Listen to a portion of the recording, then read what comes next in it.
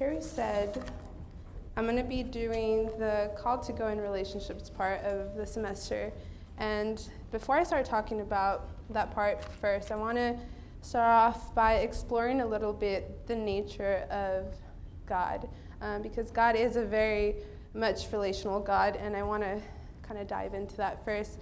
So kind of a picture and an image that has been carrying through with me recently has been the whole idea of, God created the heavens and earth originally and first, but before that he was in unity and he was in community with, himself, the Son and the Spirit. In John 17:24, Jesus is speaking and he says, so that they may see my glory, which you have been giving me, for you loved me before the foundation of the world. So Jesus is saying, that God loved him before the foundation of the world. So before we came into the picture, God already loved Jesus and loved the Holy Spirit, and they were a little community on their own before we came to light. But God didn't think that was enough, and he wanted to, bond with us and love us, so he created people on this world. And first he created Adam.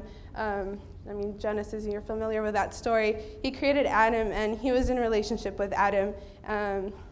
There was animals roaming around, and he came to Adam, and he's like, Adam, help me, name all these animals, and whatever you name them, that's what they should be called. So then they're in this little relationship, and it's all jolly. And the first thing that God says that isn't good is saying that Adam, that man cannot be alone, and that is not good. So when Adam is asleep, he creates Eve.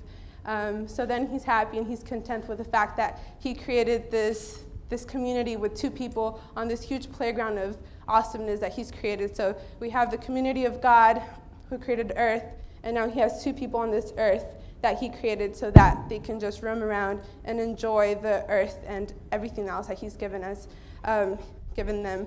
So by nature, God was a relational God. He cared for us to live in relationships and to love each other through relationships so that with each other, his love would be perfected and we would just enjoy and live in his joy.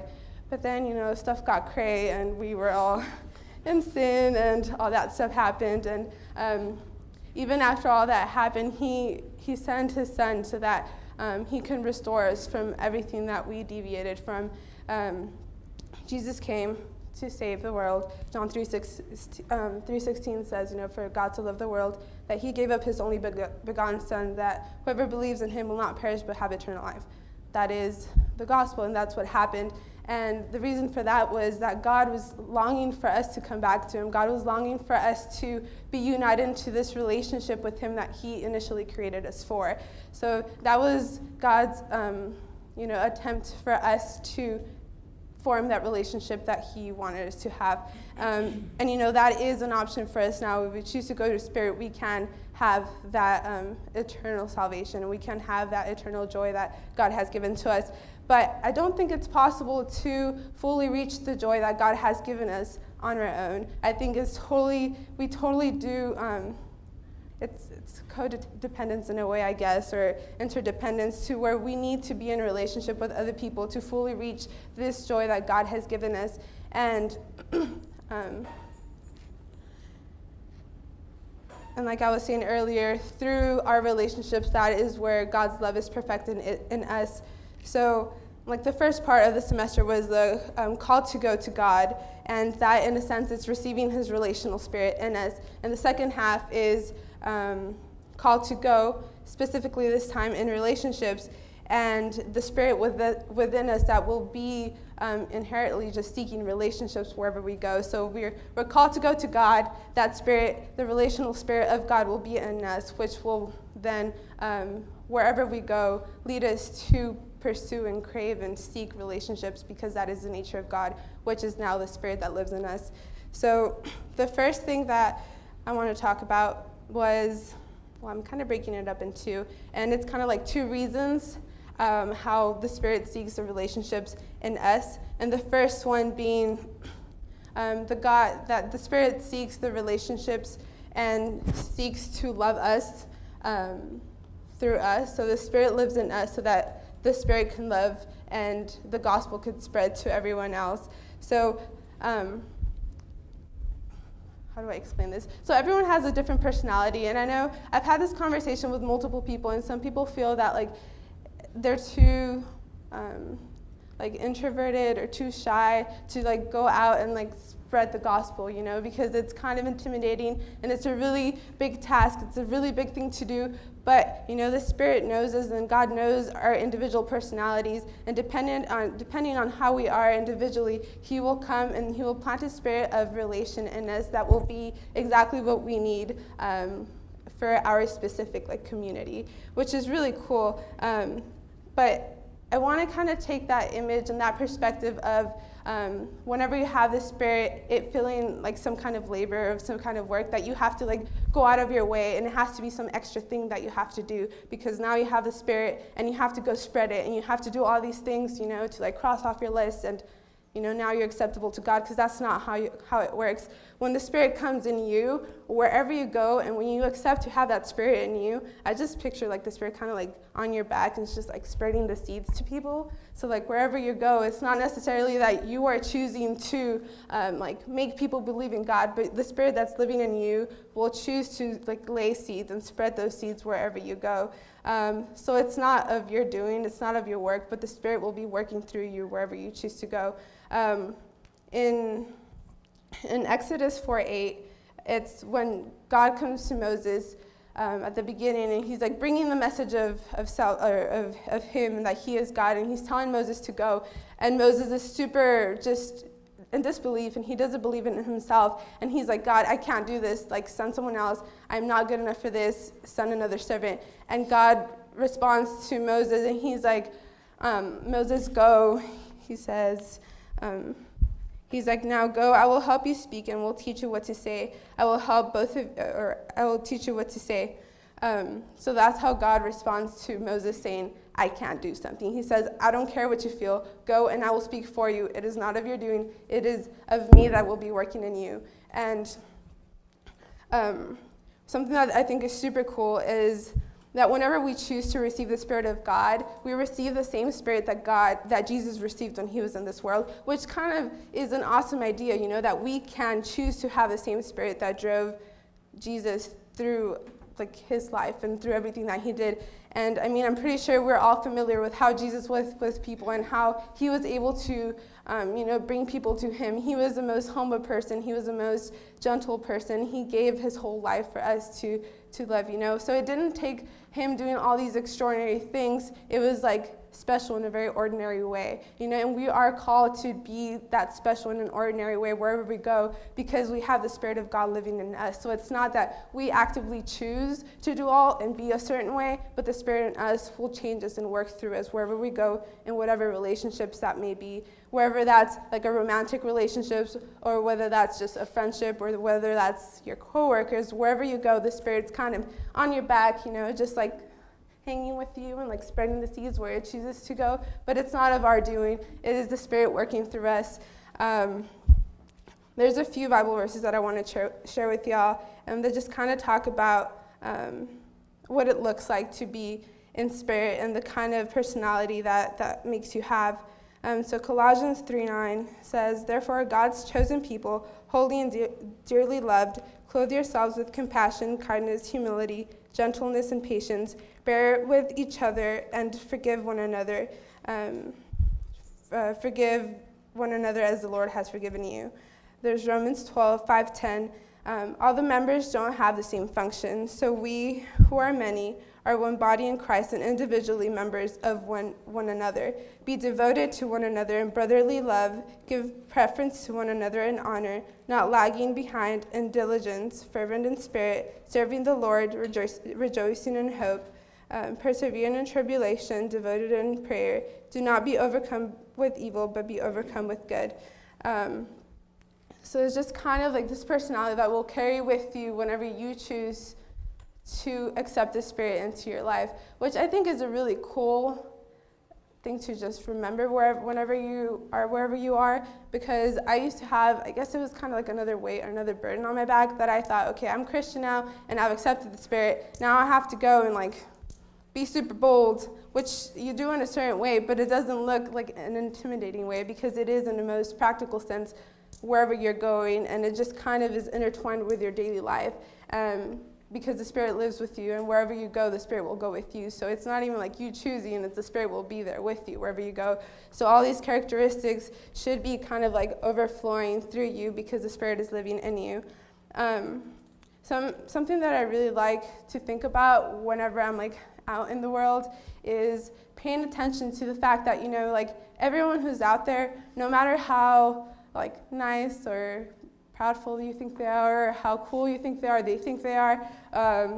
Like everyone has their own story, and everyone could be going through their own certain brokenness, or everyone could be going through like something that is potentially just like breaking them down at that point, but they could just be having like a pretty face for that moment.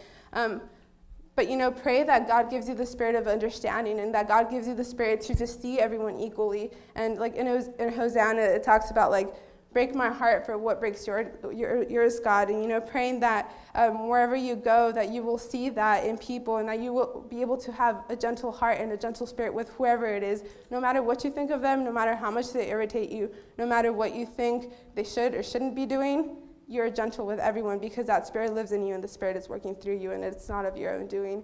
So that's just something that I like to remember whenever I go out, and just seeing everyone as, children of God, and the fact that I have to treat them as, God treated me, which is patience and a lot of other stuff, because, He loved us unconditionally. I skipped all that. Well, I didn't skip it, but I already talked about it. So one thing, or the part that took me a while to, I guess, kind of understand was that it's not my job to save people. I used to think like, I have to do all these things because God called me to make disciples of all nations, so now I have to save people. And it was a huge burden on my back because I'm like, I don't know how to do that, but it's not our job to save people. It's not at all. So I'm going to share 3 verses that kind of show how by you being you and carrying the Spirit wherever you go, people will see that and be called to that Spirit. One of them is Carrie's kind of favorite.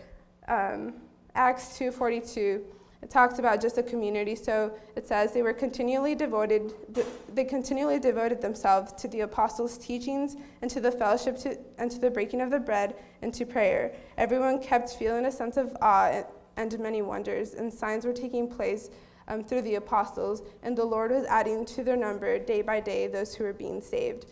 So these people weren't doing anything extraordinary. They weren't going out there and like preaching the gospel boldly on some stage. They were just devoting themselves to the teachings, being in the Word and getting to know of God, and being in fellowship and relationships together. And slowly, like other people were able to see this light in them, so more people just kept being added to the group because of the Spirit that they carried as a group. John 17:11 says, Father, keep me in your name, the name which you have been given to me, that they may be one, even as we are one. And then verse 21 says, that they may all be one, even as you, Father, in me and I in you, that they also may be in us, so that the world may believe that you sent me. Sounds kind of complicated, and it is, but basically he's saying, let them be in us as we are together, so that the world will believe that we are God, pretty much. And the next one, Matthew 5, says, let your light shine before men in such a way that they may see your good works, and that they may glorify your Father who is in heaven.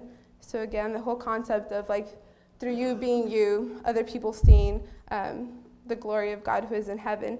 The last one, in 1 Peter says, keep your behavior excellent among the Gentiles, so that in the thing in which they slander you as evildoers, they may, because of your good deeds, as they observe them, glorify God in the day of visitation. So again, there's a concept of, you carry the Spirit of God wherever you go, and you don't have to do anything that's like super bold or super out of your comfort zone. But if you have the Spirit in you, that will carry out, and people will see that, and they themselves will come to the Spirit, and they will be receptive to the Spirit, and the Spirit will reach out to them and change them. It is not your job to save people. That's something that kind of took me a while to understand, but just remember, that the Spirit is in you, and that the seed is the one planting, the seeds as you go through, your daily lives. And the second part of it was like the second reason why relationships are so important. But it really is God wanting for you to personally feel loved. From the beginning, we were engineered to be in relationships with one another. It's really impossible to go through life thinking that we can do it alone. And the coolest part that I think is that God's love becomes more tangible. At least a little bit of it is through our relationships. So through like our families and through our friendships and through whatever other relationships we go through, that love that we receive from them, we're able to feel God's love a little more tangible, which I think it's been great because I've really seen this in my life. So John 12 says, "No one has ever seen God, but if we love each other, God lives in us, and his love is perfected in us. By this we know that we abide in him, and he in us, because he has given us his Spirit." So, that's just kind of like what I was saying in the beginning. By us loving other people and by other people loving us, God's love is perfected in us through that relationship. It's not just a one-way street in one way or another. It has to be a mutual relationship for God's love to be perfected. And that's the part that's like, well, I don't know. Sometimes I feel like people, I used to do this. I thought that it was totally okay for me to just like get to know Jesus and have a relationship with Jesus on my own and like explore his word and be deep in his word. But like the whole fellowship part, the whole relationship part didn't really matter. But that's a huge essential component of like us fully being immersed in the joy of the Spirit and really understanding how God fully loves us. And the other cool part, going back to Exodus when Moses was called to go, whenever Moses says like, "I can't," and then God's like, "Go, I will give you the words." Like a few verses down, then the Lord says, "Take Aaron with you." I get it. You're intimidated by this. I will give you a companion so that he will go with you and he will speak with you. And then he says, "I will help you both of you speak, and I will teach you what to say." So there's God being like, I understand it's hard to do it by yourself. I get it. I'm going to give you a person. That'll be Aaron, and go. You guys will together go and speak to the nations, and I will give you both and tell you what to say. So, God understands and he knows because he's a relational God, and from its core, he wants us to be in relationship.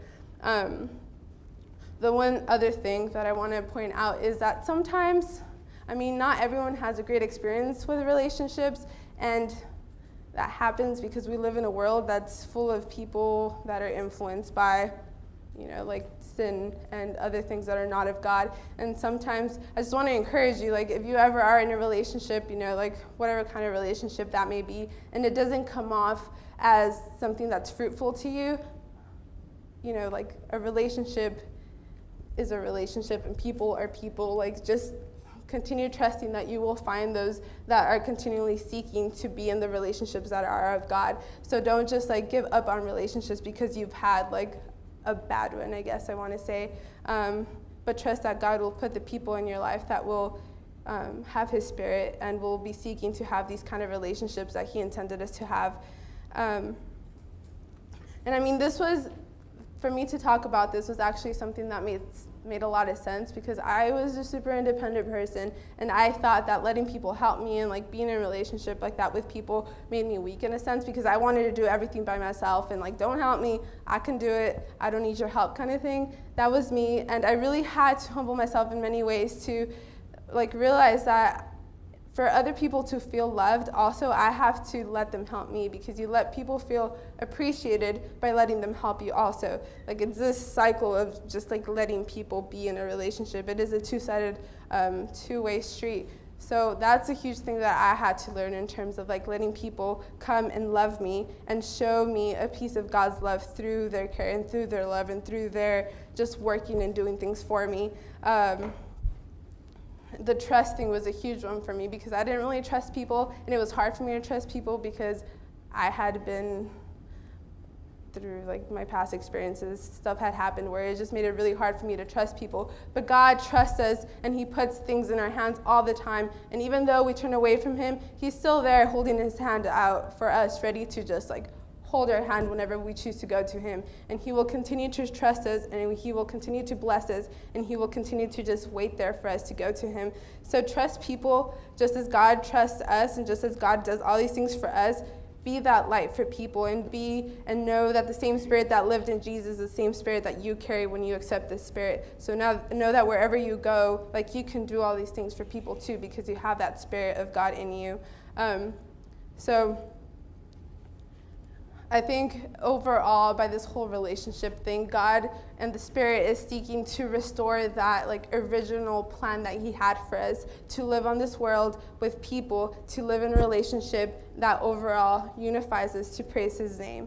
Which, I don't know, I feel like I don't always remember this, but it's so basic, and it's such a simple thought that all the Spirit cares for, and all that God cares for is to restore his original plan.